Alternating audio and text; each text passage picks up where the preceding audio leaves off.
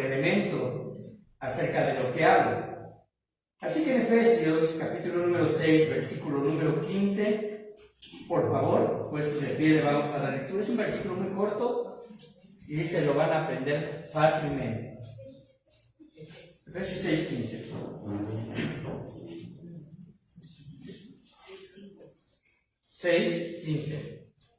Efesios 6, 15. Y puestos de pie, le vamos a dar lectura.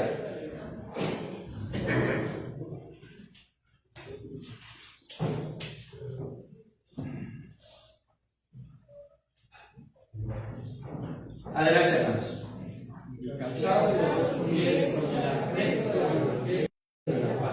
Nuevamente, lo vamos a hacer 2 veces más.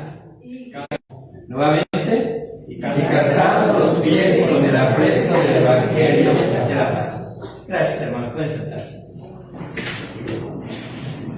Entendiendo el contexto, ya hemos platicado, ¿verdad?, con respecto a esto, cómo Pablo toma la metáfora, metaforiza la vestimenta del soldado romano. Ahora es muy entendible esto. ¿Por qué? Porque precisamente Pablo estaba preso en Roma. Y imaginen esto. Imaginen a Pablo diariamente ver soldados que lo custodiaban. Ver soldados que se preparaban y salían de sus lugares para cumplir sus labores. Y él diariamente, ¿verdad?, veía la figura del soldado romano. Y en Efesios capítulo número 6, del versículo 10 hasta el versículo número 18 o 17, estamos hablando acerca de que Pablo metaforiza y toma la vestimenta del soldado romano para hacernos entender que como creyentes también debemos soportar una armadura para estar firmes contra las acechanzas del diablo. Y de hecho menciona en el día malo, y es el día malo, ¿verdad? En realidad es cuando el diablo ataca a nuestro ser a través de las tentaciones, a través incluso de las pruebas que Dios permite en nuestra vida, que en realidad cuando Dios permite esas pruebas es para fortalecernos y edificarnos, para asemejarnos cada vez más a Cristo. Pero Satanás a veces quiere, ¿verdad?, modificar nuestro pensamiento y hacernos creer, ¿verdad?, que pues somos débiles, que no podemos estar firmes en la fe. Ahora hemos avanzado, ¿verdad?, y hemos visto los elementos, el cinturón de la verdad, ¿verdad?, y ceñidos con la coraza de justicia. Y el día de hoy estamos hablando acerca de que Pablo insta a que nos debemos de calzar los pies con el apresto del Evangelio de la paz. Ahora esto nos habla, ¿verdad?, de un tipo de calzado de ese entonces, la sandalia, que en realidad era un calzado común, pero la sandalia del romano todavía cubría un poco más los pies de los soldados, y también la suela, que no era una suela sintética, no era una suela de hule, ¿verdad?, correspondía a suelas prácticamente de cuero, que se utilizaban, ¿verdad?, parte precisamente de los animales, en donde el cuero era más grueso, para poder precisamente tener esta comodidad.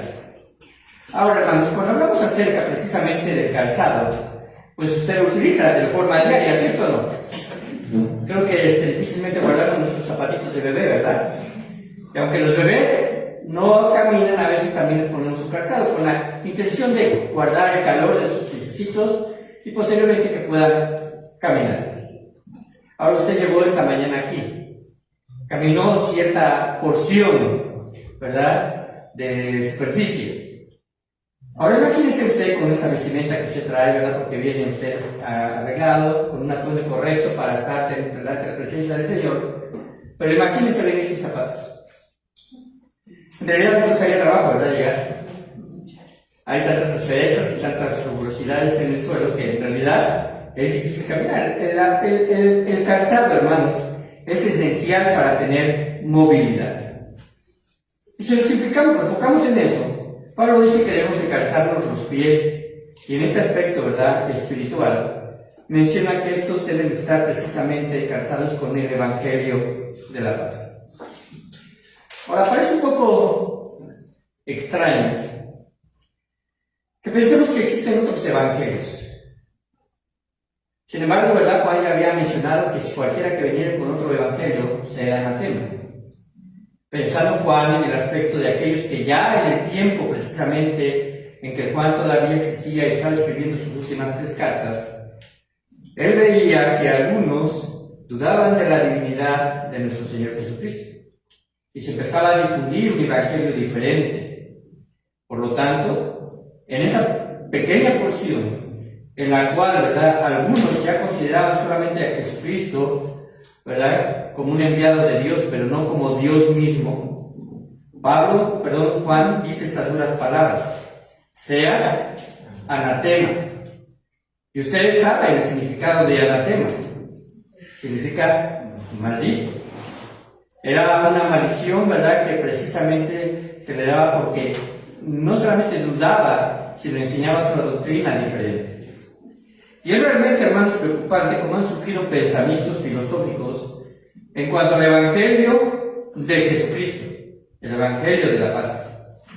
Han surgido corrientes, y quiero mencionarlo porque este tipo de corrientes, hermanos, no se manejan como movimientos religiosos, pero se han introducido de forma sutil en iglesias que quizás en un principio tenían fundamentos sanos, pero se han ido distorsionando. Hay una corriente filosófica que se llama el Evangelio inclusivo. Como que ya no suena algo, ¿verdad? Actualmente se habla mucho de inclusividad. Bueno, este Evangelio inclusivo es la creencia de que todas las personas eventualmente se salvarán e irán al cielo. El Evangelio de inclusión dice que la muerte y resurrección de Jesucristo pagó el precio para que toda la humanidad disfrutara de la vida eterna en el cielo sin necesidad de arrepentimiento. Esto es terrible, ¿verdad? Pero en realidad, hermanos, déjenme decirles que sí hay esta influencia en algunas iglesias, ¿verdad? De primera mano lo sabemos, porque incluso dicen aquí no hay problema, ¿verdad? Tú puedes venir a Dios porque Dios ama a todo el mundo, basándose en Juan 3:16, por lo tanto Dios no va a condenar a nadie. Esto sabemos que es una situación herética, una situación de una herejía, porque es necesario el arrepentimiento de las personas para poder tener, ¿verdad?, una correcta comunión delante de Dios y una aceptación, ¿verdad?, del sacrificio de su Jesucristo. También existe el Evangelio social. Ustedes se preguntarán, ¿qué es esto? Bueno, es la tendencia de algunas congregaciones de que este Evangelio precisamente trata de aplicar los principios cristianos a los problemas sociales, centrándose en reformas morales de la persona o incluso reformas laborales. Ellos ponen mucho énfasis en la pobreza, en la ayuda a los pobres, ponen mucho énfasis en la nutrición, y si ustedes, no sé, han llegado a tener a lo mejor alguna sensación de que alguien, ¿verdad?, que defiende mucho acerca de la cuestión de la dieta sana y todo esto, ¿verdad? Yo he llegado a escuchar algunas situaciones, bueno, y dicen, hasta es bíblico, porque Adán y Eva lo que comían eran verduras, ¿verdad? Y comían fruta. En un principio no había una situación de comer carne. Eso posteriormente se dio incluso después del diluvio. Pero, hermanos, ellos tratan precisamente de agarrar ciertas cosas, ¿verdad?, y poderlas adaptar a su tipo de filosofía.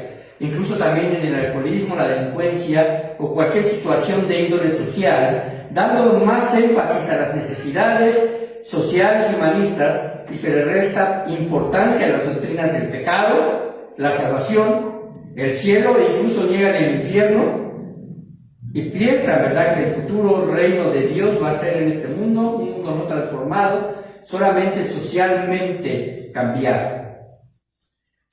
También hay otro tipo de evangelios. Este evangelio me sonó un poco extraño, el evangelio acuario, ¿verdad? Y aparece como si fuese algo astrológico, ¿no? Pero, hermanos, el evangelio acuario es una mezcla contradictoria que ha surgido también en algunas iglesias, en donde se le da énfasis a la ciencia cristiana. ¿Qué es la ciencia cristiana? Es pensar que la Biblia no tiene toda la razón, sino la ciencia solamente, ¿verdad?, puede apoyar ciertos aspectos.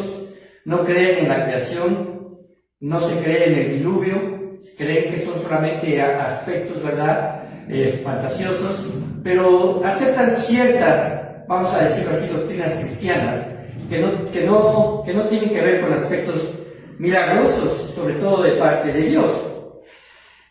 se les da mucho énfasis a la espiritualidad de la nueva era, y es una mezcla contradictoria precisamente de creencias ocultas. Otro evangelio, el evangelio de la prosperidad, quizás este sea el más contemporáneo, ustedes lo han escuchado, ¿verdad? Sectas como Para de Sufrir se apoyan precisamente en esto. ¿Y qué es precisamente este evangelio de la prosperidad?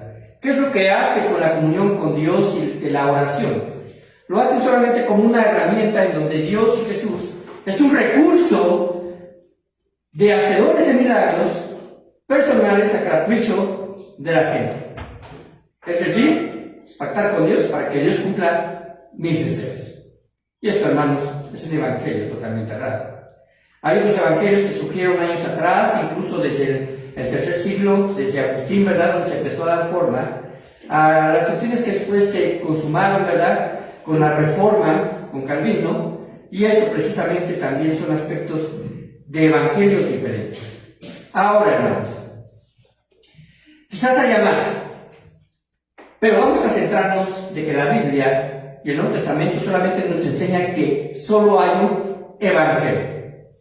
Solo hay uno, el evangelio de Jesucristo. Y en realidad este evangelio abarca todas las doctrinas escriturales porque todas apuntan a Jesús. Pero se reduce a la verdad más importante, como lo menciona Pablo en 1 Corintios 15, del 1 al 6. Vayamos a 1 Corintios 15, del 1 al 6.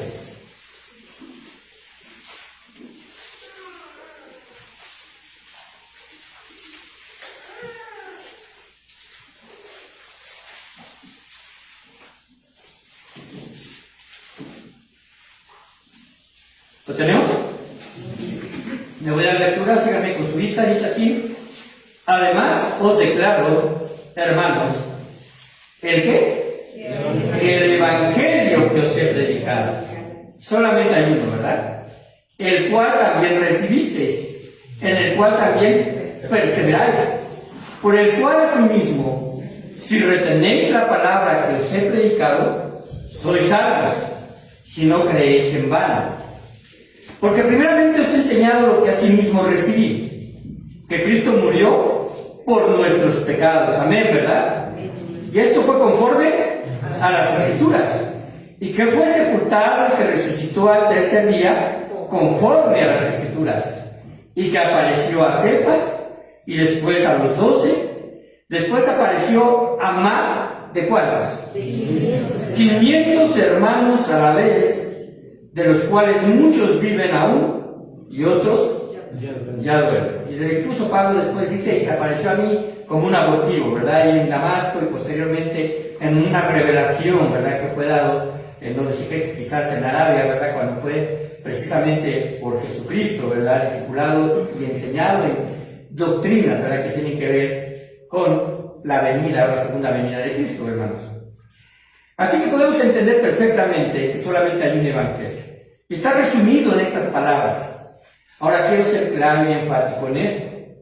El evangelio es sencillo, porque el evangelio alcanza a cualquier persona que profese fe y tenga arrepentimiento para con Dios. El evangelio en sí es sencillo, pero al mismo tiempo es profundo. Porque podemos notar que allá en la cruz, ¿verdad?, en donde estaban estos dos ladrones, uno de ellos alcanzó la gracia de la salvación. Y no necesitó aprender las doctrinas fundamentales como actualmente, ¿verdad?, nosotros las enseñamos. ¿Por cuestión de qué? No por cuestión de que no existe el cumplimiento de la muerte, sepultura y resurrección de Cristo Jesús por nuestros pecados. Y todas las profecías y todo el Antiguo Testamento, las fiestas, ¿verdad?, que están instituidas en la ley misma, todo apunta a Jesucristo, porque Jesucristo incluso cumplió la ley a cabalidad. Y de esa forma podemos justificar. De esa forma está Él en lugar nuestro en la cruz. Así que, hermanos, podemos entender la importancia de estar en el evangelio correcto. Y como ya hemos visto, ¿verdad?, en Efesios 6, del 10 al 18, habla acerca de la armadura de Dios. Y ese versículo número 15 dice: calzados los pies con el apresto del evangelio de la paz. Ahora, Pablo es muy intencional al escribir sobre la necesidad de estar preparados contra las acechanzas del diablo.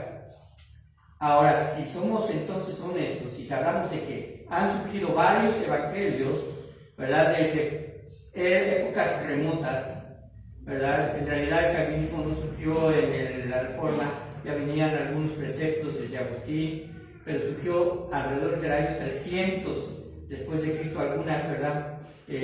Tipo de, vamos a decirlo así, las bases fundamentales de lo que después sería el calvinismo, por ejemplo. Podemos entender entonces que durante esos primeros 3 siglos las iglesias no tenían este tipo de problemas, porque el evangelio estaba, vamos a decirlo así, naciente. Muchas iglesias no tenían las escrituras completas, que es la Biblia. Pero Pablo precisamente nos habla sobre precisamente aprender la necesidad de tener en nuestra vida la vestimenta de Cristo o pues esta vestimenta también de soldado, ¿verdad? La armadura de Dios. Así que, hermanos, primeramente podríamos preguntarnos, ¿cuál es el propósito del calzado? Ya empezamos introduciéndonos que el propósito del calzado es que nos proteja, ¿cierto? No. Imaginen entonces, así como nos imaginamos venir quizás sin calzado, imaginen a un soldado con toda la armadura, pero sin calzado. ¿Podría librar una batalla eficaz? ¿Dónde estaría más su mente? ¿En el dolor que le causan las piedras que en el enemigo mismo, no? Y hermanos, precisamente estamos hablando de que el calzado es parte elemental también de la armadura de Dios. Y mencionaba que es muy difícil, ¿verdad?, el poder poner una cierta jerarquización o cierto orden a los elementos de la armadura, porque todos son igual de importantes. No podemos decir que es más importante el cinturón, más importante el yelmo, más importante el calzado, ¿verdad?, el escudo o la espada. Todos tienen importancia vital en la vida del creyente. De hecho, de todos los elementos que se mencionan en Efesios 6, todos tienen que ver con protección, a excepción de la espada, que tiene que ver en una situación ofensiva, ¿verdad? Es con la que se defienden y con la que van a atacar al enemigo. Pero un soldado, hermanos, en vida activa, precisamente no está pasivo, siempre está presto a poder estar frente a la guerra. Y esa es la actitud que debemos de tener nosotros contra el diablo, porque el diablo trabaja de forma diaria. Cada minuto, cada segundo, en cada porción de nuestra vida, en nuestras emociones, en nuestras tomas de decisiones, el diablo va a querer precisamente llevarnos a olvidarnos de nuestros principios, preceptos y mandamientos bíblicos. Un soldado sin zapatos sería inmediatamente notorio que algo les faltara. Y no solo es cuestión de apariencia, hermanos, los zapatos o el calzado, sino representa un verdadero problema el no tenerlos para desplazarse. Y para un soldado lo pondría en franca vulnerabilidad frente al enemigo. Así que, hermanos, ya hemos visto que hay diferentes evangelios, por lo menos mencioné algunos, y que no concuerdan ni armonizan con las escrituras, a pesar de que en algún momento dado pudiesen extraer algún versículo que les pudiese dar, vamos a decir, cierta credibilidad. Pero las doctrinas, hermanos, se basan en todo el contexto bíblico, no solamente en un solo versículo. Para poder estudiar la Biblia se interpreta con la misma Biblia. Y si es necesario que aprendamos algunas cuestiones, quizás a veces podemos decir, bueno, eso es historia. Déjeme decirle que la Biblia habla mucho de historia, porque en realidad es la misma historia de Dios, desde el principio de intervención al crear al hombre hasta el momento en que precisamente Él vendrá a restaurar todas las cosas y el reino de Dios será precisamente permanente y eterno, gracias a ¿qué? A que Dios interviene en la historia del hombre. Así que, hermanos, estos evangelios falsos son enseñanzas pervertidas que llevan a la condenación a las personas que las creen y aceptan. Algunas no de una forma tan vamos, radical, porque podemos decir, ¿verdad?, que tenemos hermanos calvinistas que creen en la salvación de gracia. Eso no es el problema, no nos hace menos salvos o menos no salvos. El problema radica en que como iglesia tenemos que unificarnos en lo que creemos. Y las iglesias, ¿verdad?, defendemos que debemos precisamente tener una línea doctrinal. La palabra griega para evangelio no cambia mucho, es una transliteración. Nosotros decimos evangelio, en griego es evangelión, así que no cambia mucho, es una transliteración. Si lo quisiéramos precisamente traducir al español, simplemente significa buenas nuevas. Yo creo que más de uno lo sabía, ¿verdad? Que a ver, levanten sus manos, ¿quién sabía que evangelio significa buenas nuevas? Prácticamente todo. ¿Qué es una buena nueva? Es una buena noticia. La traducción que Strong da precisamente es buen mensaje. No varía mucho, pero es importante porque es un mensaje que se transmite. Ahora nosotros decimos, bueno, yo conozco las noticias actuales, conozco lo que está pasando, ¿verdad?, en el Oriente, conozco lo que pasa en mi país, conozco lo que pasa en cierto estado porque las noticias me llegan, ¿verdad?, por la televisión o nos llegan por el radio, o ya incluso ya le llegan a usted por el Facebook, ¿verdad?, noticias. Pero déjeme decirle que muchas están amañadas también. Ahora, pero antes no era así. Para dar una buena noticia, primeramente tenía que ser de un testigo, y el testigo daba la buena noticia y la daba a otro de la forma más fiel, y ese otro se la iba transmitiendo, ¿verdad?, a su familia, al grupo donde pertenecía, al pueblo donde iba, a la aldea donde caminaba, y era una forma de transmitir las noticias. De hecho, el evangelio por sí mismo, ¿verdad?, se iba transmitiendo precisamente cuando hubo la diáspora, la dispersión de los judíos. Ahí en el libro de Hechos nos decía que entonces fueron dispersados e iban predicando el evangelio por todas partes, por donde ellos iban. Ahora, este evangelio, como lo puedo decir, era precisamente el evangelio de Jesucristo transmitido por los apóstoles y por los primeros padres de la iglesia. Y cuando me refiero a padres, me refiero como fuente de origen, no me refiero a una jerarquía, ¿no? Ahora, significa esto, buenas nuevas. Ahora, entonces, si estas son buenas nuevas, ¿cuáles son las buenas nuevas? La primera vez que se utiliza la palabra evangelio en la Biblia, describe no solo las buenas noticias, sino identifica un reino. Vayan a Mateo 4:23, por favor.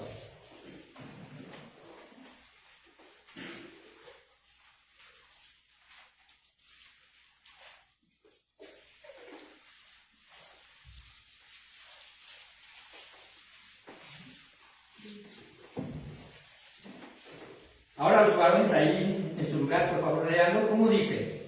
Recorrió Jesús toda Galilea, enseñando en las sinagogas de ellos y predicando el evangelio del reino y sanando toda enfermedad y toda dolencia en el pueblo. Esta es la primera vez que se menciona. Ya había un antecesor, ¿verdad?, que estaba anunciando precisamente al Señor Jesucristo, que era Juan el Bautista. Pero él decía: arrepentidos porque el reino de los cielos se ha acercado. Ahí no se utiliza la palabra evangelio, se utiliza aquí cuando Jesús precisamente dice que recorría Jesús toda Galilea, enseñando en la sinagoga de ellos y predicando el evangelio del reino. La pregunta a él es, y parece una respuesta obvia, la conocemos, pero la pregunta, ¿verdad?, podría ser: ¿él tenía los zapatos del apresto del evangelio? Claro que sí, porque es el evangelio mismo Jesucristo. Él caminaba por toda Galilea y enseñaba en la sinagoga de ellos. Es implícito que se refiere a los judíos, porque los judíos eran los que acudían a las sinagogas. ¿Y qué precisamente enseñaba? El evangelio del reino. Y confirmaba su divinidad con las credenciales milagrosas, porque él sanaba toda enfermedad y toda dolencia en el pueblo. Esta descripción del evangelio del reino abarca todas las demás áreas del evangelio. Es un evangelio que pertenece a Dios. Él lo planeó. Un evangelio que nos lleva al cielo. Es un evangelio de quien actúa a favor nuestro por medio del perdón otorgado a los hombres a través precisamente del sacrificio de nuestro Señor Jesucristo. Es un evangelio que nos habla de esperanza futura y nos habla de permanencia eterna en Él. Un evangelio que son buenas noticias por su don inmerecido, porque usted y yo merecíamos la salvación. Por gracia Dios la entregó. Es un evangelio en un plan consumado en Jesús para salvación. Un evangelio que restaura la relación del hombre para con Dios. Dígame ¿usted considera a Dios su enemigo? No. ¿Por qué no? Adelante, hermano. Porque Jesús nos hizo aceptos. Es correcto, porque Dios nos hizo acepto. Más allá de su amor de Dios, de decir, bueno, no somos enemigos porque Dios es amor, no. Porque la palabra de Dios nos indica precisamente que nos volvemos sus amigos cuando nosotros hemos aceptado a Jesucristo como nuestro Salvador. A esto se llama reconciliación. Dios reconcilia precisamente nuestras vidas y son para Él. Ahora, si este Evangelio es todo esto, ¿qué debe de producir en nuestras vidas si nosotros creemos en este Evangelio? Debe de producir una paz en la vida del creyente. El Evangelio del Reino nos habla de un Rey que gobierna, que es Jesucristo. Él es Rey de Reyes y Señor de señores. La pregunta es, ¿vivimos sujetos en realidad como siervos a este Rey? ¿Lo obedecemos plenamente en todo? ¿Tenemos una imagen en la cual puedan decir, bueno, este hombre o esta mujer pertenece al reino de Jesús, al reino de Dios? Así que, ¿qué quiere decir Pablo cuando dice calzados los pies con el apresto del Evangelio? Basándonos en la palabra apresto, también se puede traducir, ¿verdad?, en su forma griega, se puede traducir precisamente este versículo, y que tengo que citarlo porque me pareció muy interesante. Dice así: habiéndose atado los pies de forma anticipada para prepararse como quien ha recibido el buen mensaje de la paz. Qué interesante es esto, porque usted debe atarse los pies de forma anticipada para estar precisamente para presentar defensa contra las acechanzas del diablo. Usted así se va a atar los zapatos. Yo no sé si usted practicó algún deporte, ¿verdad? Pero cuando yo practicaba básquetbol, había que atarse los zapatos, los tenis bien, con doble nudo. ¿Por qué? Porque si no, no se podía jugar. No puedes correr con libertad, no puedes detenerte de forma súbita como lo requiere, ¿verdad?, este deporte. No puedes brincar con cierta, destreza. Pero a veces me llamaba la atención que a algunos jugadores les gustaba traer los tenis desatados. Y la verdad, en más de alguna ocasión se pudieron tropezar. Pero si lo hacemos de forma anticipada y bien, no vamos a estar precisamente atándonos cada 10 minutos nuestros zapatos. Lo vamos a tener con firmeza. Así que el buen mensaje de la paz que proviene de Dios, apresto significa estar preparado o listo. Es simple su significado. Apresto significa estar preparado o listo. Ya no son palabras que utilizamos mucho en el español, ¿verdad? Apréstate para ir a la fiesta. O apréstate para ir a trabajar. Bueno, algunos no lo dicen así, ¿verdad? Pero debemos estar listos para eso. Ahora la pregunta que surge aquí es: ¿estás listo para presentar el Evangelio? ¿Estás realmente listo?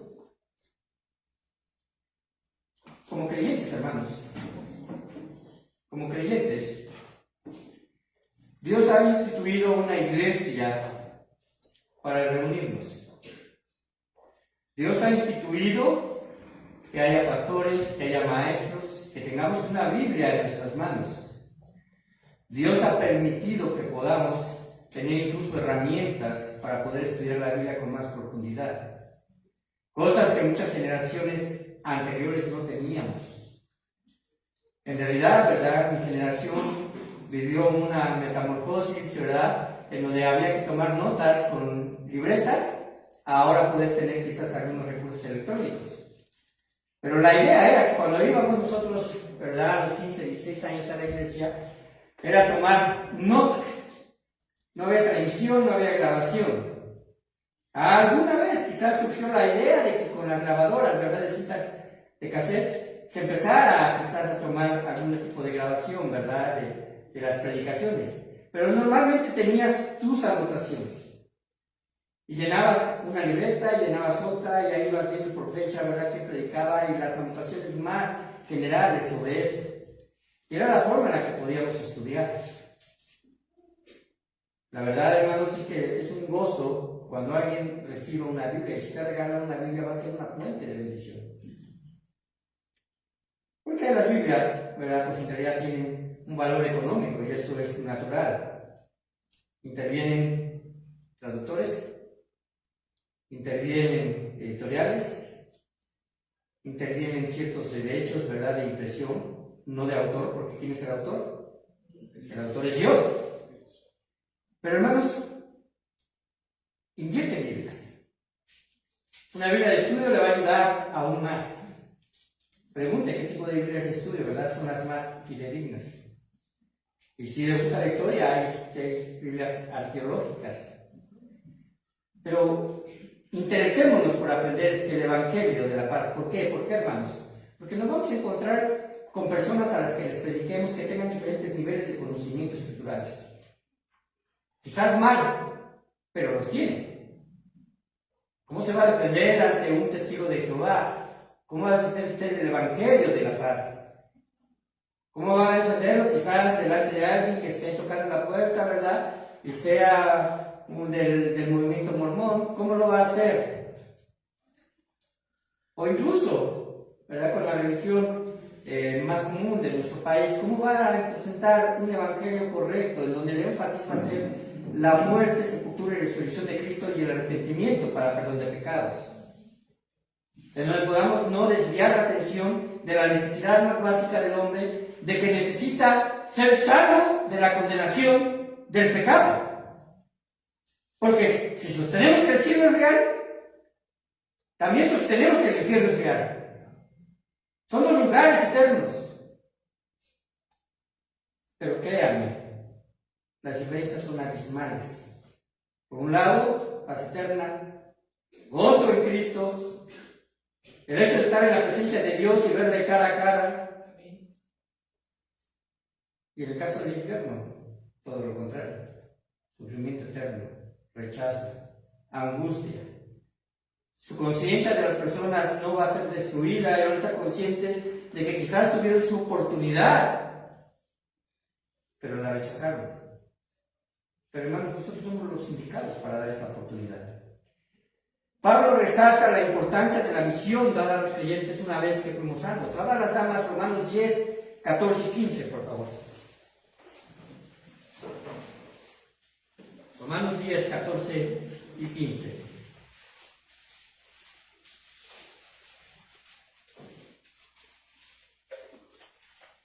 ¿Estamos listos?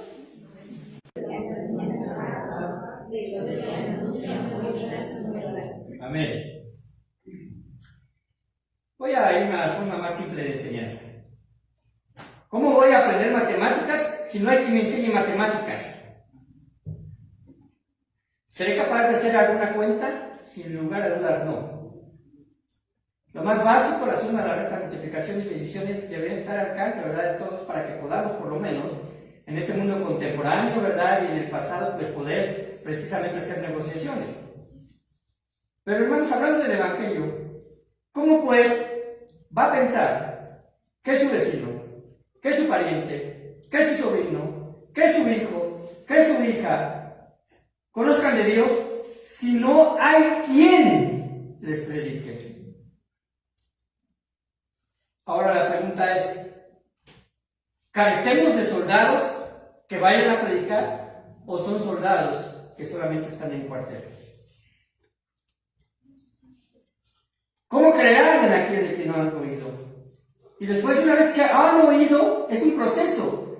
¿Y cómo oirán sin haber quien les predique? ¿Y cómo predicarán si no fueren enviados?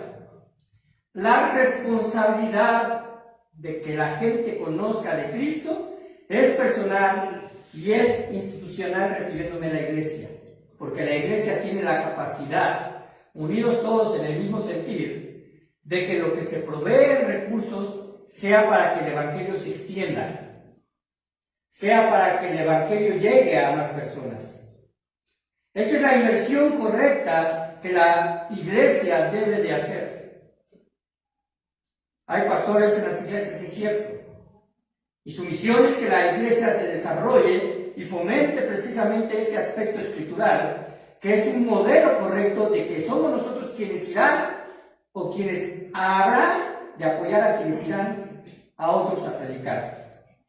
Estas palabras, hermanos, que acabamos de leer en Romanos 10, 14 y 15, nos hablan de las buenas nuevas del Evangelio, las buenas intenciones de Dios. Un mensaje que necesita ser proclamado, un mensaje que produce una carga espiritual en todos aquellos que aman al Señor. Los que aman al Señor tienen una carga espiritual por los perdidos. Es una referencia escritural para poder decir que Dios me está usando y posteriormente incluso llamando. Porque no puede haber un pastor que se va precisamente a Isaías 52:7. Búsquenlo y yo le voy a dar lectura. 52:7. Isaías 52:7.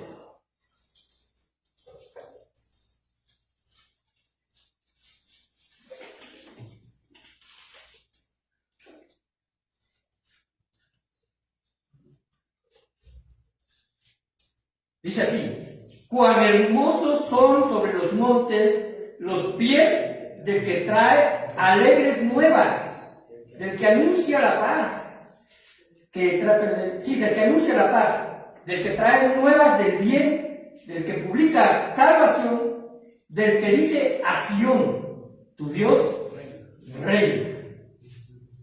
Ahora, hermanos, Dios está interesado en la vida de su pueblo. Estamos hablando del pueblo de Israel en este momento, porque precisamente estas palabras de Isaías son para el pueblo de Israel, específicamente para la tribu de Judá. Pero, hermanos, aquí en este momento se encontraba precisamente el pueblo bajo precisamente Persia, bajo el imperio persa. Estaba siendo atacado, estaba en guerra. Y hermanos, quizás nosotros no tengamos la experiencia de estar en guerra, pero yo les aseguro que si estuviésemos en guerra, como en ciertos países, como Israel, Palestina, ¿verdad? Como Rusia, y se me fue contra quién está peleando, Ucrania, ¿verdad? Y hay muchos países más que no son realmente, no pasan las noticias, pero si usted perteneciera a ese pueblo, a esa ciudad, y que alguien le diga buenas noticias y le diga, la guerra ha terminado, y ahora hay paz, toda angustia, toda situación, ¿verdad?, de pensamiento de los seres queridos que se han ido precisamente a pelear, que no sabemos si regresarán o no regresarán, por lo menos, ¿verdad?, será el inicio de tener una tranquilidad emocional y espiritual. Estas palabras las toma Pablo y las habla precisamente con respecto a que alguien que lleva buenas nuevas, su andar es hermoso. Su andar es pleno, su andar es bello. Sobrepasa cualquier tipo de noticia, aún aquella que tú pudieras decir, bueno, voy a recibir una herencia. Las buenas nuevas de la paz de Dios. Estoy por terminar. Dice así en Romanos 5, 1 al 5. Nuestro hermano Martín va a buscarlo y lo va a poner ahí también.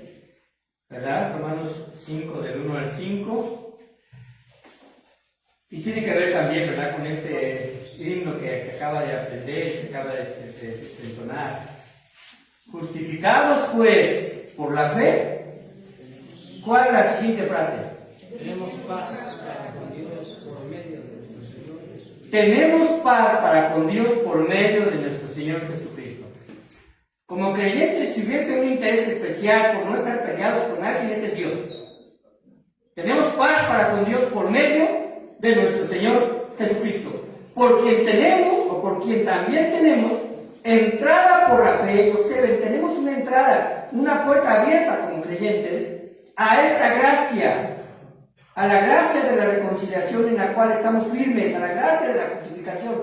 La pregunta es, ¿lo cree tanto como para decir, estoy firme en que nada me moverá del Evangelio de Jesús?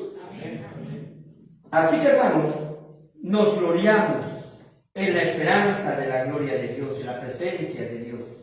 Y no solo esto, observen en qué punto, en qué área, en qué proceso de nuestra vida también nos gloriamos, sino que también nos gloriamos en las tribulaciones, sabiendo que la tribulación produce paciencia, y la paciencia prueba, y la prueba esperanza, y la esperanza no avergüenza, porque el amor de Dios ha sido derramado en nuestros corazones por el Espíritu Santo que nos fue dado.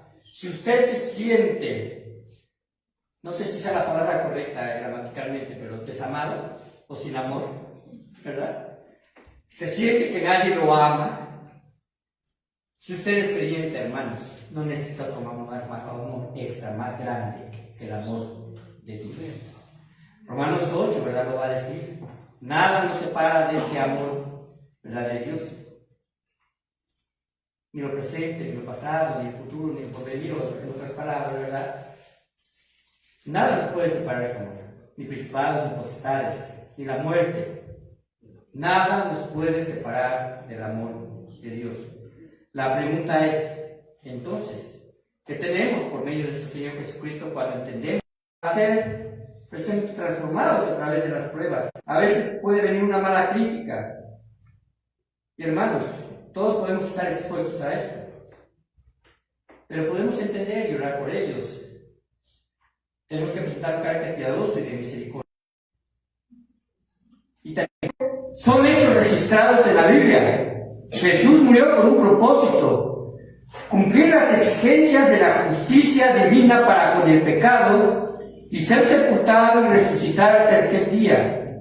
Las implicaciones de estos hechos son suficientes para que cualquier persona que se arrepiente de sus pecados pueda ser salvo por gracia.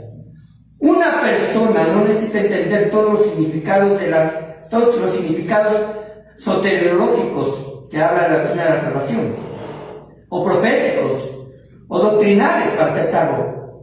La predicación del Evangelio es una acción que todo cristiano puede y debe hacer. Así que, hermanos, el proceso es hablar a la gente. El proceso es ir y hablar a las personas para que oigan, para que crean y para confesar al mismo tiempo y testimoniar de su salvación. Si se dan cuenta, parece ser como un ciclo. Yo recibí primeramente y nuevamente predico a alguien que va a oír, que va a aprender, que va a creer y que va a testimoniar su salvación a otros. No rompamos el ciclo del calzado del Evangelio de la paz.